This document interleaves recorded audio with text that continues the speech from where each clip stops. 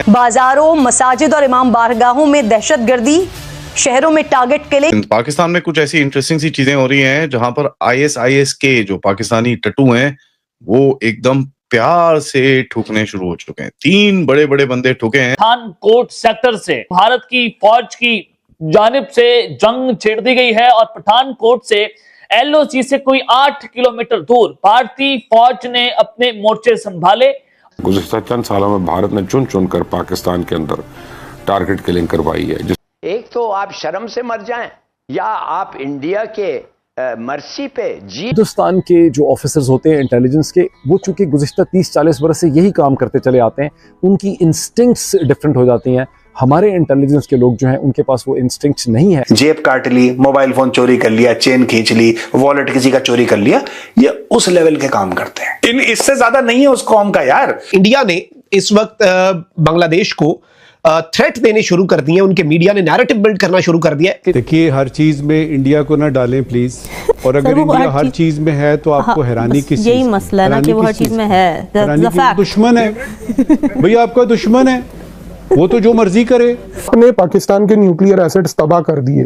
तबाह करने का मतलब ये नहीं कि आपके फोड़ देना है उनको, आप उनको मेलवेयर के थ्रू इस प्रकार से मेल फंक्शन कर दीजिए कि वो चले ही ना। हो सकता है सर, बिल्कुल हो सकता है। क्यों? अगर इसराइल ईरान के न्यूक्लियर एसेट्स पे कर सकता है तो आप क्यों नहीं कर सकते? आईएस के जो पाकिस्तानी टट्टू हैं वो एकदम प्यार से ठुकने शुरू हो चुके हैं। 3 बड़े बड़े बंदे ठुके हैं। That is very very important for us to understand. सबसे पहले नगरहार में एक्चुअली 2 बंदे ठुके हैं, तो 3 सेपरेट हिट्स के अंदर। एक बंदा है जिसका नाम है अबू ताहिर अल खोरसानी, उसको कई लोग मुल्ला खालिद भी बोलते हैं, और एक और बंदा है जिसका नाम है इब्रीस।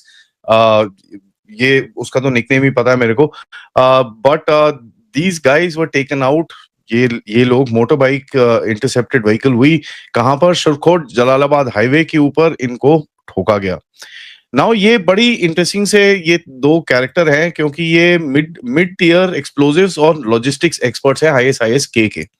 नाउ यहाँ पर आपको बड़ी क्लियरली बात समझ में आनी पड़ेगी क्योंकि आईएसआईएस के का जिस तरह से दिल्ली ब्लास्ट में भी कनेक्शन निकल रहा है और गुजरात के केस के अंदर भी कनेक्शन निकल रहा है, ये काफी एक इंपॉर्टेंट सेल है। अब इसको किसने निकाला ये तो मुझे पता नहीं, but at the end of it यहाँ पर एक चीज समझ में आनी चाहिए। 2 जो एंटिटीज हैं जिनको ये निकालने पे फायदा होता है, सबसे पहला है ऑफ कोर्स भारत एंड दूसरा है अफगानिस्तान, बिकॉज ये जो आईएसआईएस के है ये पाकिस्तानी आर्मी के आईएसआई के टट्टू हैं एंड इनका जो मेन लीडर है सनाउल्लाह गफूरी, ये पाकिस्तान में पेशावर में रहता है अपने बीवी बच्चों के साथ। As a matter of fact ये कई बारी पाकिस्तानी आर्मी के गेस्ट हाउस तक में पाया गया है। यहाँ से ये नगरहार प्रोविंस के अंदर जाके काफी अपने ऑपरेशंस और ये सब चीजें जो करना होता है उसको करता है। दूसरा बंदा जो जिसके ऊपर अटैक आया है जिसका नाम है बुरहान, इसका दूसरा नाम है जैद। ये एक सीनियर कमांडर है close to Qari Fateh and Abu Bakar is the main chap, one of the main commanders in this region. And टेम्किन ऑपरेशंस क्या है? यहाँ पर टेम्किन ऑपरेशंस में ये सारे जो केमिकल की प्लांट्स हैं और केमिकल की चीजें हैं जो जहाँ पर ये लोग एक्सप्लोजिव्स और ये सब बनाते हैं, और ऑफ कोर्स ये बाहर ट्रेनिंग भी करते हैं।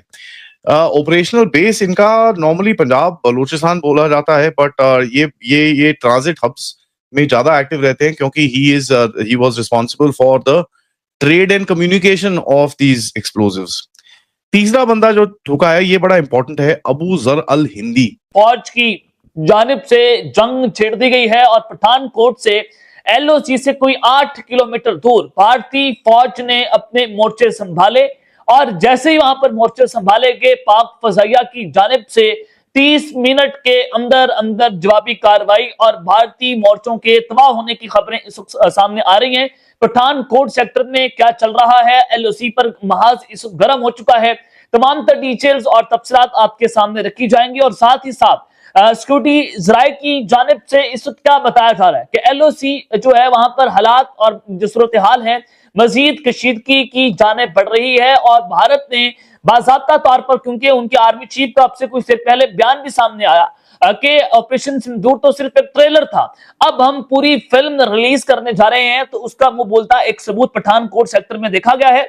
और फिर पाक फौज के ऊपर आज ड्रोन स्ट्राइक की गई है।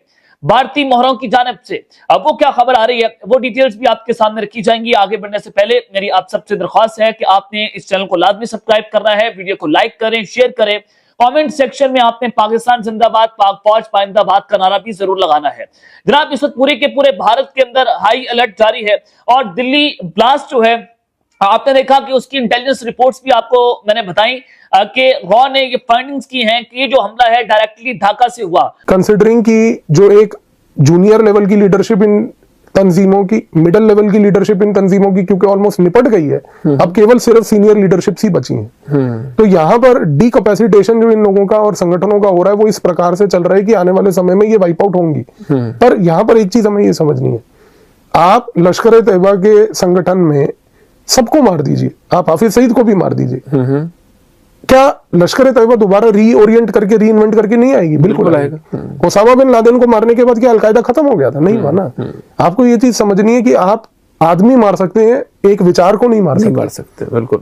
आपको यहाँ पर विचारधारा की लड़ाई लड़नी है। विचारधारा की लड़ाई का मतलब ये है कि आपको ये समझना है कि पाकिस्तान इन तंजीमों का सपोर्ट जो कर रहा है वो क्यों कर रहा है। लोग कहते हैं वो इसलिए कर रहा है क्योंकि उनको वो भारत के खिलाफ प्रयोग करना चाहता है। नहीं, वो इसलिए कर रहा है क्योंकि उसने जो न्यूक्लियर वेपन बनाया है उसको ये पता है कि ये न्यूक्लियर वेपन मेरी अम्ब्रेला है, छत्र छाया है, शील्ड है, इसकी आड़ में मैं बेसिकली इन संगठनों को सपोर्ट करूंगा।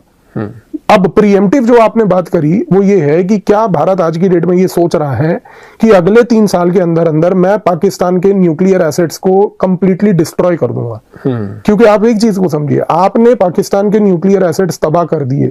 तबाह करने का मतलब ये नहीं कि आपके फोड़ देना है उनको, आप उनको मेलवेयर के थ्रू इस प्रकार से मेल फंक्शन कर दीजिए कि वो चले ही ना।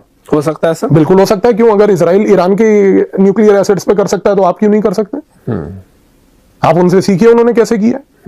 और आज की डेट में किताबें लिखी हुई हैं मोसाद के अधिकारियों ने कि क्या क्या चीजें हुई हैं। और क्या भारत की सरकार को मोसाद के अधिकारियों से एक्सेस नहीं है? सबसे हाईएस्ट लेवल पर एक्सेस है।